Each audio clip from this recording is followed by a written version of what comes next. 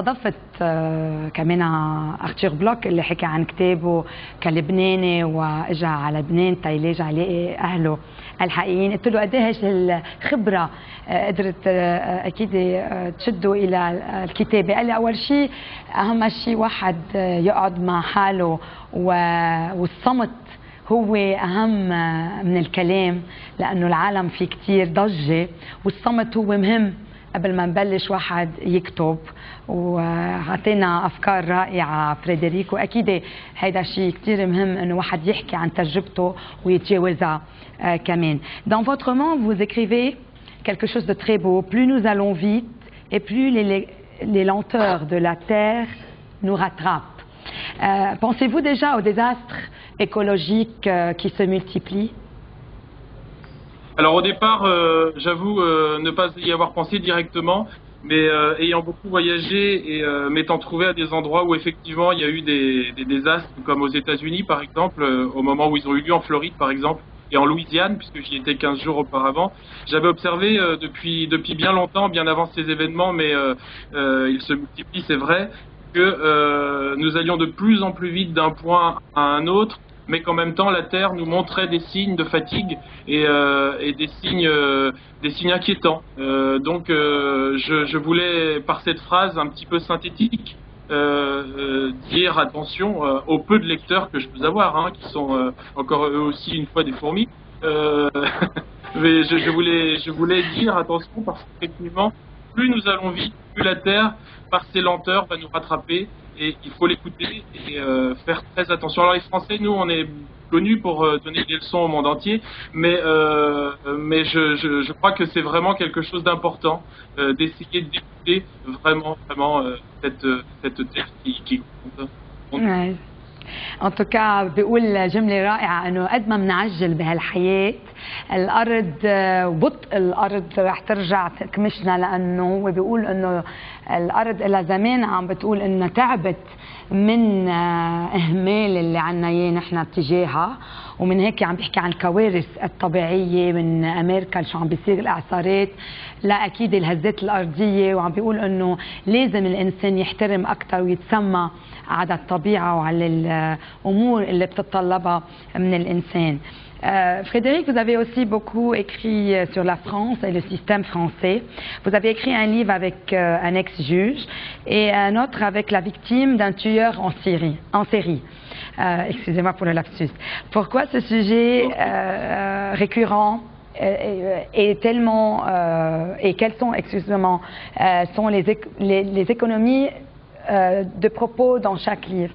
C'est-à-dire pourquoi vous êtes tellement intéressé par ces sujets un peu, disons, pas très communs?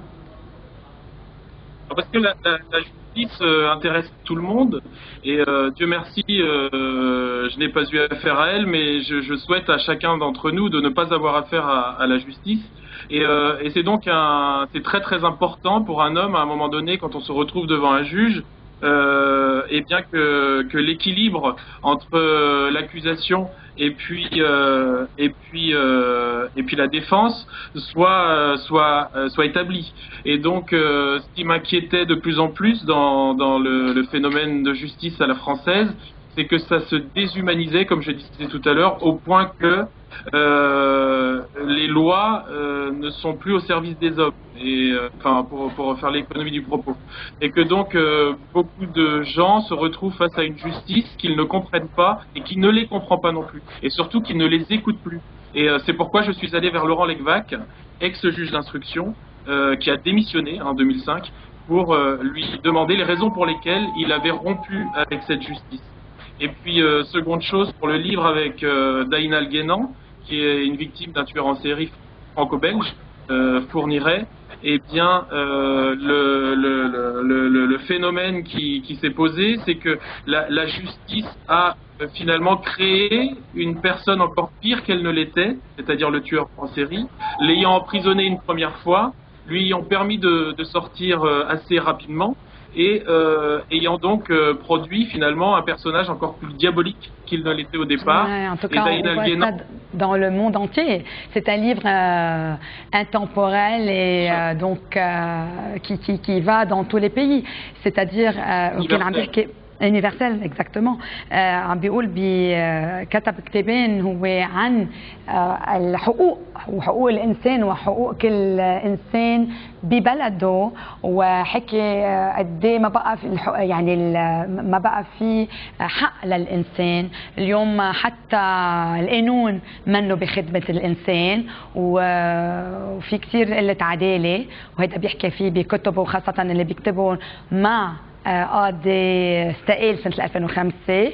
وحكي كمان مع هي قدرت تخلص من مجرم، وهذا المجرم صار مجرم أكثر لأنه كانوا الأحكام عليه منا عادلة. مزبوط عم بيقول إنه وقت ما في عدالة بيخلق هالشيء بعد عنف أكثر عند الإنسان اللي أكيد عنده اضطرابات نفسية. Frédéric, vos derniers livres égratignent Sarkozy, le président français. Pourquoi?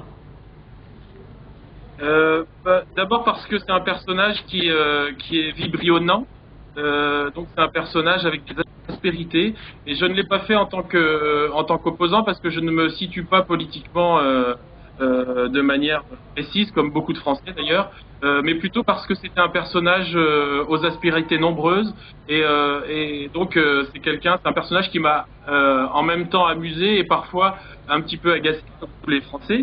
Et donc j'ai trouvé amusant de me dire que tiens, si on lui envoyait des SMS, des textos, voilà, parce qu'un jour j'ai entendu c'est pour cela donc c'est le livre SMS, donc Sa Majesté Sarkozy, voilà, qui a pris donc beaucoup de succès et qui est, si on peut dire, voilà, très sympathique, si on peut dire ce terme, et très créatif. Du personnage de Sarkozy. En tout cas, il y a donc une audio qu'on pourrait peut-être écouter, donc qui parle un peu de SMS, Sa Majesté Sarkozy. On va l'écouter pour quelques secondes. Moi je, toi t'additionnes les moi je, tu collectionnes les moi je, et ton égo de jogger respire en foulant. Donc ça, vous l'avez fait au fait pour donc pour ce livre ou pour le dernier en date?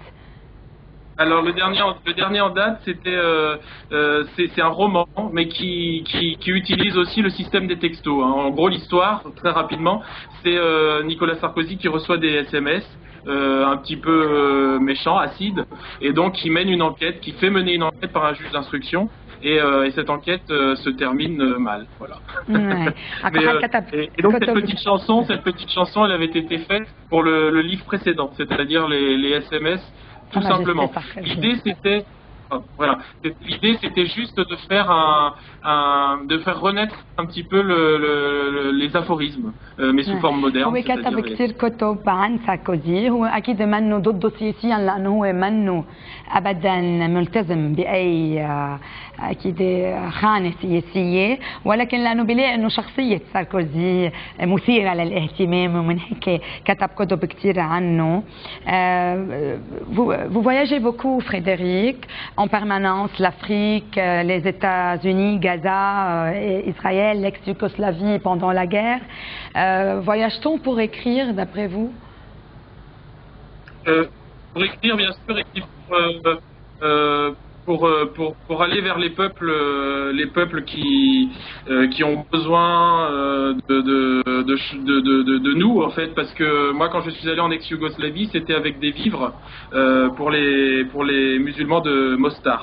Hein, donc j'étais allé dans les années 90, c'était 94-15, et ensuite à Gaza avec une conférence sur la paix, où j'étais donc rentré dans la bande de Gaza avec quelques écrivains et journalistes, et où j'avais pu effectivement voir le désastre que peut représenter ce territoire qui est une prison. Là, en tant que journaliste, vous aimiez être là où il faut être, peut-être parfois, dans les endroits un peu chauds. Et malgré ça, on essaye, on remarque dans vos livres que vous sentez que la France vit dans un état de guerre, malgré les apparences. Tout à fait. La France est un pays en guerre qui vit comme s'il était en paix. Et chaque jour, dans la presse, on voit des soldats français qui sont morts en Afghanistan ou ailleurs. Et je voulais souvent dire à mes compatriotes, attention, nous sommes un pays en guerre qui ne déclare plus la guerre, hein, parce que maintenant ça se fait par des instances internationales, c'est beaucoup plus feutré, mais c'est un pays en guerre et c'est un pays où quand on vit, on a la chance de vivre en paix comme on le fait, il faut vraiment avoir une pensée très très forte pour tous ces pays qui connaissent la guerre et qui en souffrent terriblement. Exactement. Et la France est un pays en guerre. Exactement. En tout cas, on sent ça partout dans le monde ces temps-ci. Une dernière question pour finir. Donc, êtes-vous déjà venu au Liban et quelle est votre relation avec les Libanais et quel est votre message aujourd'hui aux téléspectateurs libanais? Alors tout d'abord, j'ai beaucoup d'amis libanais qui vivent en France, notamment je pense à un ami Wissam Odeib qui est architecte à Tours. Et j'ai beaucoup d'amis que je retrouve dans les cafés en France qui sont du Liban. Et je voudrais dire aux Libanais du Liban, eh bien que on pense souvent à eux. On voit évidemment en France tout ce qui s'y passe et on en discute entre nous. Et on aimerait faire 1000 fois plus qu'on peut. Mais voilà, vous êtes dans nos pensées. Et le Liban et la France ont une relation très très forte. Et moi, j'aimerais un jour pouvoir aller à Beyrouth, notamment au Salon du Livre, pour rencontrer les écrivains libanais. J'en ai rencontré quelques-uns. Et là, donc, moi, à travers MTV, je vous invite à venir au Liban. Ça nous fera grand plaisir et j'aimerais bien que les lecteurs libanais vous découvrent parce que vos livres ont beaucoup de valeur et vous avez une certaine philosophie à vous qui est extrêmement proche de notre philosophie aussi. C'est regarder autour et aller tout droit. Merci Frédéric. Merci Frédéric Mazet encore une fois et on espère donc vous revoir au Liban. Je vous remercie et soyez heureux. مشاهدينا الكرام دونك كنا مع الكاتب والصحافي الفرنسي فريدريك مازي وانا بشوفكم نهار الثلاثاء بقول لكم بون ويك اند ولكن جماعتي جي اعياد بس برجع بشوفكم وبنعيدكم من قريب. شكرا.